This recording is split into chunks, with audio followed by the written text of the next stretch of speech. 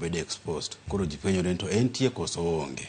Nitie moro mane lit mane neno ja Nyakach moro gidhi gi nindo school moro kanyo.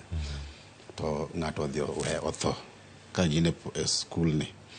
To dala kuma giacha to en pi lilo. Koro gipenjore to maiti ni wadhi ike kanye.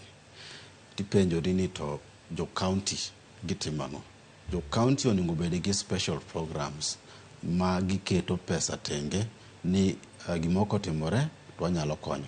To hie gik moko manyiso jo Kenya ni ka udhi e higher grounds. Ipenjo to higher grounds no, gidhi higher grounds mar odala nga. Iwinjo.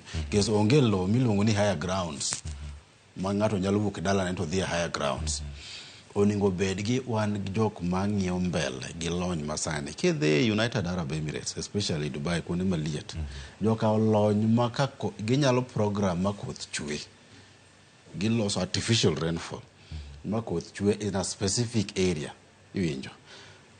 To ineno ka Kenya kae pod wan gi gik machon ni warito ni koth oula ka gowa to ayuak. To kochwe ohinyo ji. Oro kabiro be dhoki uso siling 500.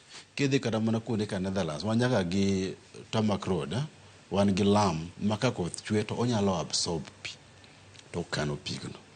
Ka oro nitie to onyalo tiyo kode. Dikes mo wacho gi pesa igolo to jotelo chama.